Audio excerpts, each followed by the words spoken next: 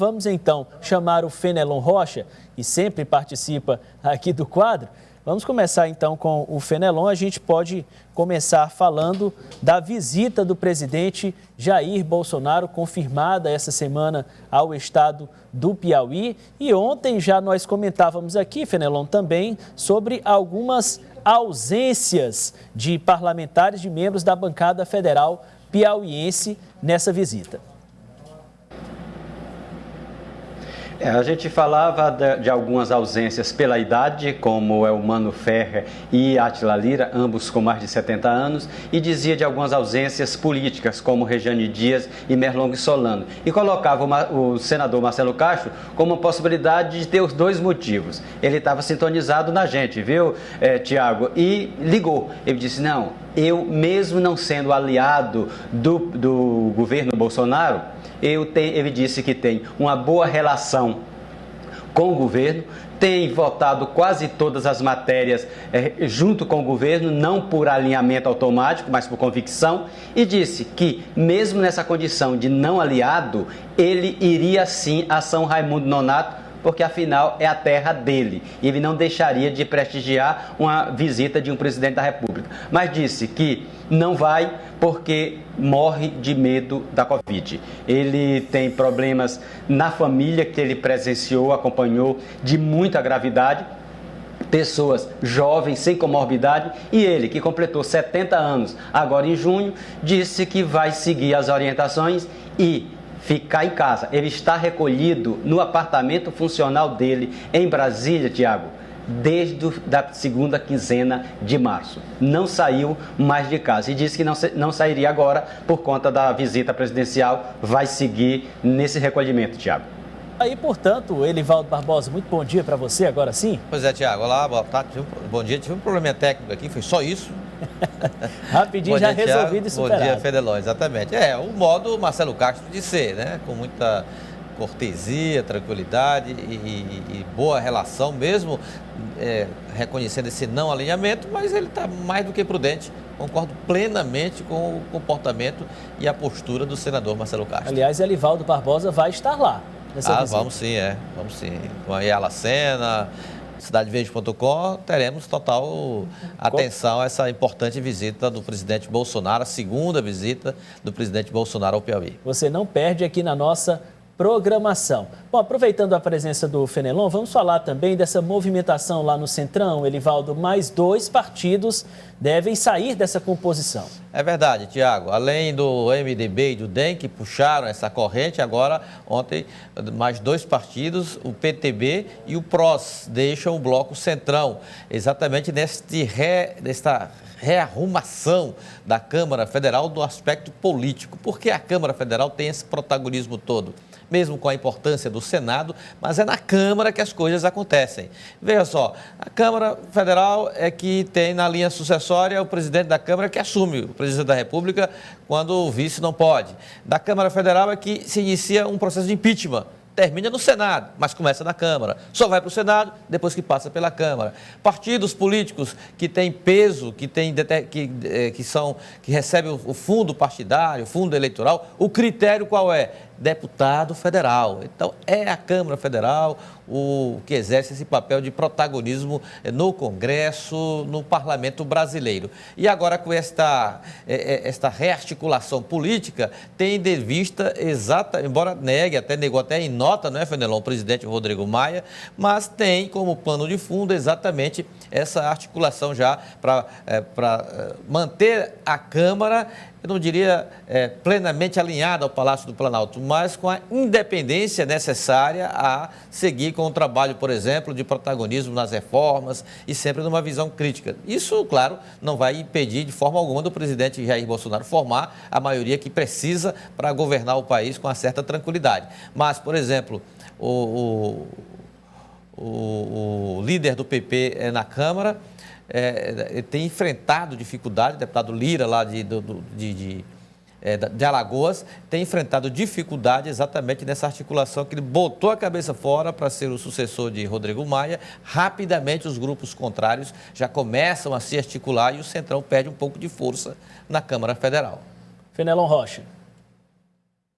Força na Câmara Federal. Olha, Tiago e Alivaldo, bom dia para você, Alivaldo.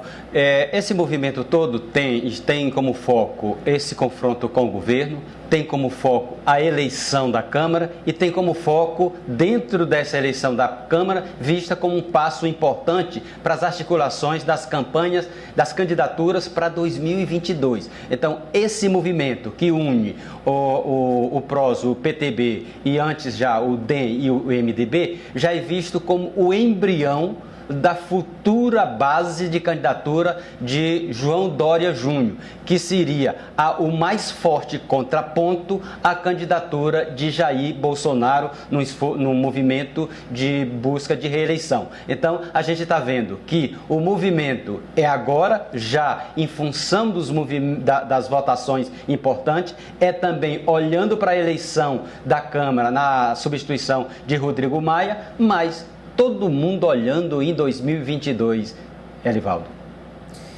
Vamos trazer agora um pouquinho a discussão aqui para o plano local, para o plano local. Olha o trava-língua, Elivaldo. Vamos lá.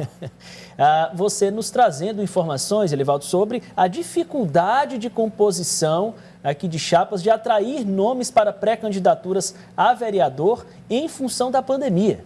Pois é, Tiago, ontem a Lídia Brito levou esse assunto ao Jornal do Piauí, inclusive uma reportagem que deve ser veiculada hoje, trazendo exatamente as dificuldades do pleito do ponto de vista político, para o eleitor e também para o candidato. As dificuldades da campanha, as dificuldades até materiais que os partidos e os pré-candidatos enfrentam. Ou seja, foi tudo o contrário, Fenelon, do que se imaginava no começo do ano.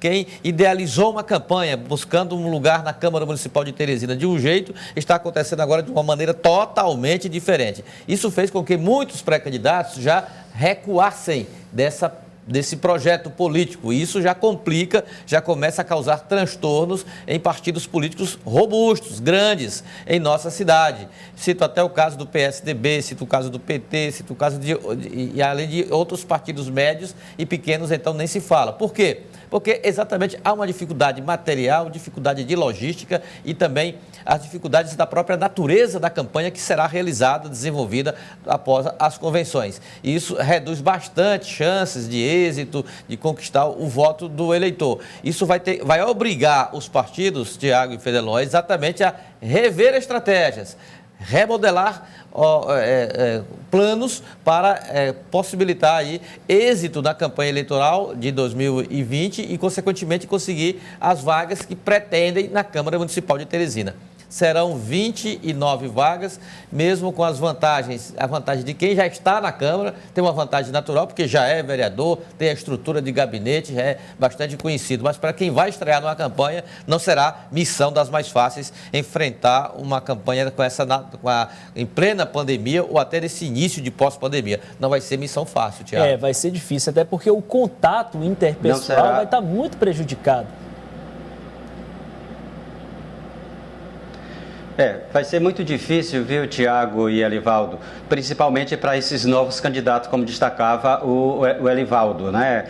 Por quê? Porque você pode dizer assim, tem as redes sociais, mas as redes sociais normalmente consolidam redes que você já constituiu. E quem é vereador, quem tem um cargo, quem tem uma função, já tem alguma coisa de rede de relacionamento constituída. Quem vai começar do zero, a partir da rede social, é muito difícil, até porque vai ser um cenário em que todos vão estar postos, todos vão estar com as mesmas ferramentas. Então, vai ser uma mudança muito difícil. O medo, acho que foi o próprio presidente da Câmara, Jeová Alencar, que ontem falou que as pessoas vão estar com medo de fazer o contato. Esse medo vai ser por parte do eleitor em relação ao candidato e também do candidato em relação aos eleitores em geral. Então, vai ser uma campanha muito difícil.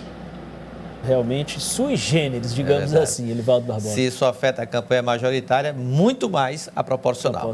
Vamos à última, Elivaldo? Vamos sim, Tiago. A informação de que o Avante, ele segue nessa estratégia de ouvir os pré-candidatos. O partido comandado por Gustavo Henrique ontem sabatinou o candidato petista Fábio Novo, já é o terceiro, começou com Kleber Montezuma, depois o Major Diego Melo e ontem foi a vez do petista Fábio Novo. Essa é uma estratégia para até as convenções o partido definir que caminho tomar em relação às eleições majoritárias na capital teresina. Percebe-se que ele está ouvindo aí de todos os lados, muito embora a composição política da chapa de vereadores do Avante seja, assim, nitidamente favorável a uma aliança com o PSDB. É isso, Elivaldo. Com certeza, Tiago. Até Muito amanhã. obrigado pelas informações. Elivaldo volta amanhã aqui no Notícia da Manhã e agora vai lá correndo para a Rádio Cidade Verde com o Joelso Jordani. Obrigado, Fenelon, mais uma vez. Daqui a pouco você volta.